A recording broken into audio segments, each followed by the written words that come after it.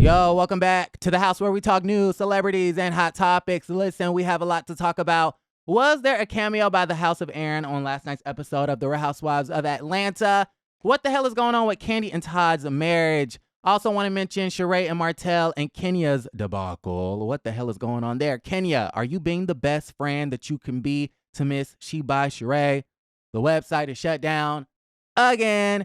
Miss Courtney Rose, the newbie. Do we need to send her back into the abyss? Or is she bringing it?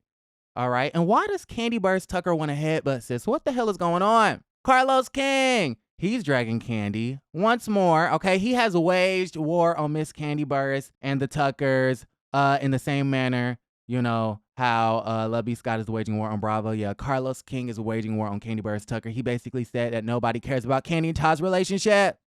What a mess. Carlos is really coming for your girl. Kim Zolciak, the IRS, in this divorce. Like, what in the hell is going on in Atlanta? What is in the water? Why is everybody getting a divorce? There's no hope for you, me, and everybody in between y'all. What's going on? Welcome back to the House of Aaron. All right, so listen, last night's episode of the Real Housewives of Atlanta, if you were watching Bravo live in living color, you would have seen this. The big disappointment. I'm looking at it right now when the website is shut down again. Now, people look at that and they think that I'm, they're like, oh, that's not a good thing. If that many people ever came to your site to crash it. She wants to see the cup half full. I love that for her. But at the end of the day, if it's taking you 14 years to get this off the ground because you've stopped and you went and you stopped and you kept going and you stopped and then girl, have it right the first time. I mean, first impressions or, maybe 14 years. 14 years of this first impression is important. Anyways, I say all of that to say that I went to the website and the website is shut down again. Okay. The servers aren't there. You need enough servers. You need that power. Who powers the website? No, listen, I was super excited when the producers of the show hit me up to use my clip. So, this was maybe a few months ago, last year, maybe, I don't know. And, I got to see the episode a week ago. I was super, super stoked and super grateful. So shout out to everyone behind the scenes, NBC Universal, the production company, the women of the show, the fans, the house guests, you guys, the supporters. I've received so much love on Instagram. You guys are amazing. And I couldn't help but to, kind of reminisce on when I started blogging a few years back in 2019 and to see where we are today, still growing, still grinding, still hustling. And, we have our first television. Well, not the first. Have we been on TV before? I don't remember. We may have. It was a whole bunch of outlets who were trying to, use my clip from the Kandi interview. So I don't know if we've been on TV before, but this is my first time watching myself on TV. But it was super, super, super, super dope. And what I love about it is I love how you guys are more excited than I am. I feel like that's the best part about it, just seeing y'all's reactions. And so thank you to everyone who's been supporting, who's been writing, who's been watching, who's been viewing and clicking, who have defended me, who have windmilled for me against the likes of Dr. Heavenly's fans. No, I really do appreciate you guys so, so, so, so much. Listen, yeah, I'm not going to go, ooh, did y'all see that? Into the nooks and crannies. But listen, I do want to go over some of the storylines. Kandi and Todd's marriage. I found that to be really interesting. Now, I've talked to some of my friends and they say that, they feel as though Kandi is exploiting, her marriage for a storyline and things of that nature. So they don't really feel like it's a real storyline. I feel like it's a real storyline. But I thought it was interesting. Kandi kind of has a lot going on this season, which is rare. Okay, that is a rare thing because she kind of has we know Marlo and Sheree are coming for that ass. We know that she's having these marital troubles that Carlos King doesn't really care about. And then she has the beef with Courtney Rhodes. She had a scene with Don Juan and then Carmen. Okay, listen, was I the only one? Because Carmen's face looks different. It's like she got fillers. I don't know. Maybe it's just being grown looks good on her. But Carmen looks like she got a little knit, a little tuck, a little fill. Okay, anyways. I feel as though Kandi be putting her candy coated click onto the TV show to talk about the other women. That way, it's like her way of talking about the women without actually talking about the women. Okay, does that make sense? Sheree does that all the time as well. She brought on Fatum last season to expose and talk about Drew Sidora. So she's doing that again this season by bringing on Courtney Rhodes. And it's like, that's the real reason as to why Kandi and Sheree don't like each other. Because they both do the same thing. They both be wanting to talk shit about each other. And they can't stand the fact. It's like, Kandi don't like the fact that Sheree is coming for her. But she's only coming for her because Sheree feels like Kandi is, shading her with the spoofs. And it's just like, y'all both are being shady. Y'all both have been talking. Y'all both do the same things. Y'all both are bringing on other folks into the show to spill the other person's tea. Prime example. Another scene. Kandi brought over Manietta to the candy factory. Kenya was there. I think it was somebody else, and they were kikiing it up. And Kandi was getting her entire life when she coached, or when the producers coached, Manietta to basically spill the tea about Martell and say that Martell has also been dating someone else who lives in Atlanta.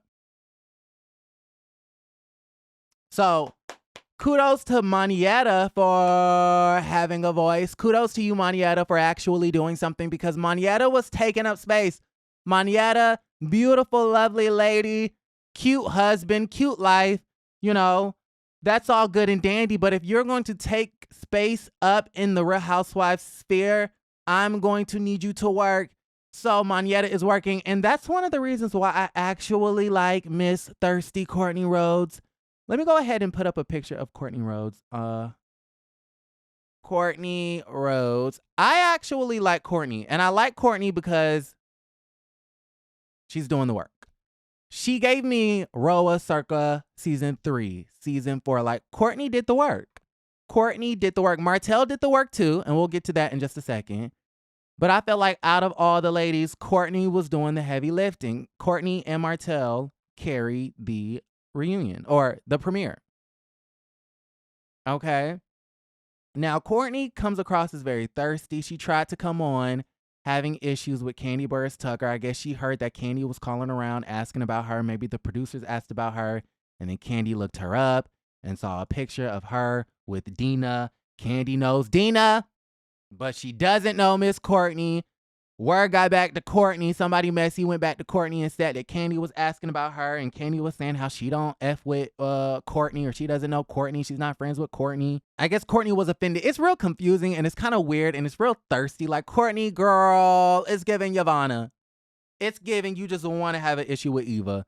It's giving you want to let everybody know that you're that bitch from CAU, and you're using, Yavana as, or Eva as the scapegoat. Like, you're using Kandi to, get your footing onto the show. So it's really, really corny. It's really, really cringy.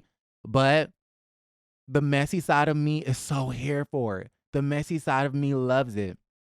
Because I'm sick and tired of women not, appearing onto the show and not doing anything. Like Fallon wasted our time. I feel like there have been other ladies who have wasted our time. LaToya had the opposite problem, where I felt like she got onto the show and she kind of did way too much, right? And so you have to have the fine line of not doing too much and just doing enough. And I feel like, Courtney, you were kind of past that point of doing too much, honestly. But I'm glad that Sheree put the battery in your back and you have enough sense to plug the jewelry line and actually do what you got to do when you needed to do it, okay? So I actually like Courtney, and I kind of feel like I'm going to save that commentary for later. I don't want to seem biased. All right, so moving right along. So we talked about Courtney, Sheree, Martell. So Sheree, Martell, and Kenya, this is a very interesting storyline, because we already know that Kenya, spilled the tea about Martell, trying to hit on her in the DMs, and then he unsent the DMs and whatever, all right? I am all here for the women going the hell in on Martell. Okay? So that's first and foremost. I feel like Martell is trash. And I like the fact that Kandi and Kenya, Kandi, Kenya, Manietta, I like the fact that they are getting on his ass, right? However, what's weird about this situation regarding Kenya is the fact that Kenya decided that she was going to hold on to that information until the show started back. Kenya had the opportunity. Kenya, you had the opportunity to let this information be known at last year's reunion when Martell kept blowing Sheree's phone up, knowing that she was in the middle of a reunion. And you sat there and you actually picked up the phone. You kikied with Martell. You kikied with Sheree. And then all of a sudden, at the party, at Sonya's party, you want to let this information be known. It's a little fake. It's a little fake. It's very fake. And so I don't really know what that's about. It's like Kenya was like, I'm gonna save this, little tea for my storyline for next season. It's like I'm just gonna tuck this away so I can kind of have something going on next season, when she could have said it at the reunion. That would have made the reunion a little bit more spicier, because honestly, last year's reunion was very boring. So MVP, and I know a lot of y'all don't like this girl, but MVP goes to Miss Sanya Richards-Ross. Sanya, to me, is one of the MVPs of the episode, because shout out to her. Now, listen, I don't know why she, went into her savings to pay for this damn party. Sanya, why did you do that? Sanya, sis, what is you doing? Why did you spend $100,000? But listen, I miss the days where the women were spending $100,000. Okay, Kenya Moore is not even spending $100,000 on parties anymore. I think she said that she wanted to spend like 14, 15K on Brooklyn's party. I believe that was the tea party last season. I think that was the premiere of last season, if I'm not mistaken. So yeah, shout out to Sanya for actually doing what she needed to do. Sanya, you get the MVP award for actually spending the coins. And it's, it was a step up from the dry Jamaican beef patties. It was a step up from the party in the foyer. It was a step up, from the Party City decorations. All right. Now, speaking of the show, Mr. Carlos King, podcaster, blogger, television producer, he went onto his YouTube channel and basically laid Kandi out, child. Carlos said that I'm not going to lay up off Kandi. I'm going to continue to have my foot on Kandi's neck. He said, I'm waging war like Love B. Scott. Listen, I love it. Keep going, Carlos. Carlos King basically wants to let it be known that Martell carried the reunion, and that he has birthed Martell without Carlos King. This is the vibe I got. He didn't say this, but this is the vibe I got. Bravo needs to be thanking me because I made Martell Holt into what he is today. And without Martell Holt, you guys would have nothing going on with this Real Housewives of Atlanta season 15 premiere. He basically says that Martell, made the show go round, and that without him, there would be nothing. And nobody really cares about Kandi and her marriage and her relationship with Todd Tucker. The shade. Martell was the only thing they had going on. That if it wasn't for Martell, nothing would be happening. This is no shade. No one cares about what Kandi and Todd going through because we've seen it. And that's no shade. We've seen it. It's nothing new. And I was like, wow. Like, he kept saying, no shade, no shade, no shade, no tea, no shade, honey. No tea, but all shade, okay? No tea, but all shade. That was all shade. Nobody cares about... And listen, I actually didn't mind the Kandi and Todd storyline. Yeah, it's a bit regurgitated. And yes, we've seen it before. But the tears that Kandi cried, those were real tears. And so I find it interesting because we see all of these divorces. And we're going to talk about the divorces in a second with Kim Zolciak and stuff like that. But it seems like everyone in Atlanta... Oh, and speaking of the divorces, I have a story about Eva Man. Not really special, but we see everyone getting a divorce. Eva and her man and Kim and, Drew, and everyone is breaking up. And so it's interesting to see all of these breakups and divorces happening around Kandi. And it's fascinating to watch and see how she kind of navigates with trying to keep her family together. Okay. So sidebar, remember I told you guys that story about how I went to the bar and how you know, it was really interesting that I saw him at the bar like a year ago. This was maybe a year ago. You know, Michael Sterling, Eva's soon-to-be ex-husband, you know that she filed and then he got the divorce lawyer, but he says that he still wants to fight for his marriage. Whatever. So a year ago, I saw him at this bar that's right next to his law office, right? And it's a bar that I frequent because I used to live down the street as well. And so he was there with another woman. Okay, and they were very cozy. Like the other woman was like on his arm and like kind of just too close, too touchy-feely. Like this is a married man. Okay, close your arms and your fingers and your legs to married man. And this lady was touching on this man and it just made me feel uncomfortable. So anyways, I told the story. I didn't really have any photographic evidence because, listen, I took the pictures of LaToya and them and I felt like a creep. Like I don't want to be around town in Atlanta just taking photos of people like I'm damn TMZ. Like I'm not the paparazzi. I'm a blogger. And so I'm not going to be taking photos and videos and doing, you know, all types of wild shit. But I saw them there and I have no reason to lie about it. I'm not going to lie and say that I didn't say he was cheating. I didn't say that he made out with the woman. I didn't say that they had sex. I didn't say that, you know, they went to a hotel room and I didn't say all that. They were at the bar and I felt as though she was too close for comfort for a married man. Well, went to this same bar, okay? Now we're in May of 2023. Went to this same bar about 2-3 nights ago. What's his face? Michael Sterling was at this same bar. Now this time, no women. I think it was the Lakers versus the Golden State Warriors or something like that. And he had got real drunk and was like screaming at the TV and whatever. But as soon as the girls came, like, whatchamacallit, Michael Sterling left. So, you know, he's been on his best behavior. And so I kind of feel like Eva should forgive and, you know, let him live. Eva, let him live. Let that man. That man's a good man. Okay. What's that movie, Savannah? That man's a good man, Savannah. Ain't that how it go? Who's next? Speaking of divorces, Kim Zolciak. Child, I'm so confused by Kim Zolciak. Kim, just come on back to Housewives, sis.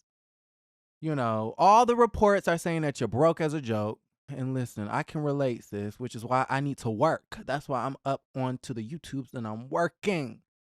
Okay, I need to pay the bills. We're behind on the bills. And sis, everyone is saying that you're behind. My whole eye is deformed. Everyone is saying that you're behind on your bills. Sister girl, get back to the Real Housewives of Atlanta. You thought you was too good. You thought your white privilege was going to carry you, and it's not carrying. The white privilege is not privileging. Your white privilege has a cap. And the universe is not letting you benefit off the privilege anymore. So you thought you was too high and mighty. You thought you was too good for your britches. Okay, you found yourself a football man. He got an injury and ended up being unemployed, and then he had to be your manager.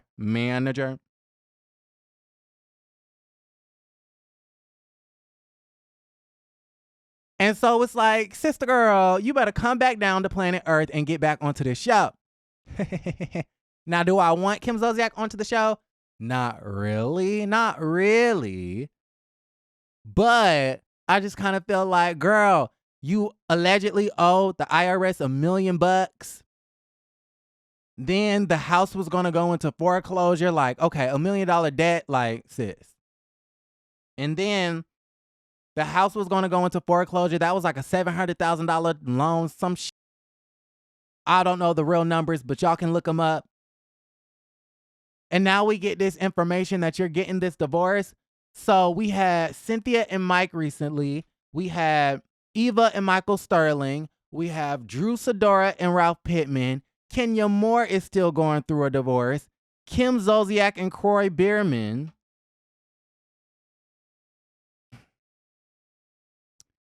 Kandi Burruss and Todd Tucker fighting onto the show. Who else is getting a divorce? Child. Fallon and Jalen just broke up. What is going on with the Atlanta couples? Like, I feel like the divorce and breakup rate in Atlanta is like 3 times more than any other city in the franchise. I am legit confused at the situation. Why Like, black couples, like, I don't like this. I don't like this for us. I don't like the fact that, well, in this case, it's a white couple. Shout out to TMZ with the exclusive. Kim Zolciak is pulling the plug on her marriage, filing for divorce, from Croy Berryman on the heels of the couple's financial struggles. According to legal documents obtained by TMZ, the Real Housewives of Atlanta star lists April 30th as the date of separation between her and the former NFL star. The two were married for 11 years and had 4 kids together during that time. Kim says she's filing because the marriage is broken with no hope of reconciliation. She's asking for primary physical custody of the kids and joint legal custody. Kim also wants spousal support and to legally restore her maiden name. Oh, okay. So I guess she's dropping the Berryman. Damn. And first off, girl, what is you wearing? Croy, what is you wearing? Like, you look absolutely ridiculous. Like, Kim, she can dress. You know, Kim has some cute outfits. Why isn't she picking out her man's clothes? Because those pants are, no. Listen, I don't know what their true tea is, but they say a lot of marital issues stem from one of 3 things: sex, money, children. I think it was the money. The man don't want to work, but quiet as it's kept. Neither does Kim. They were carrying, you know, and it's funny because this might be correlated with the cancellation of Don't Be Tardy for the Party. Maybe Don't Be Tardy for the Party was carrying the businesses. And then I guess after Tardy for the Party got canceled, you know, there was no revenue coming in from Cashmere, who was doing $1 billion in sales, and she was up there with Kim K and them, child. Anyways, y'all let me know how y'all feel about the entire situation. Like the video, subscribe to the channel, and don't forget to create a great day.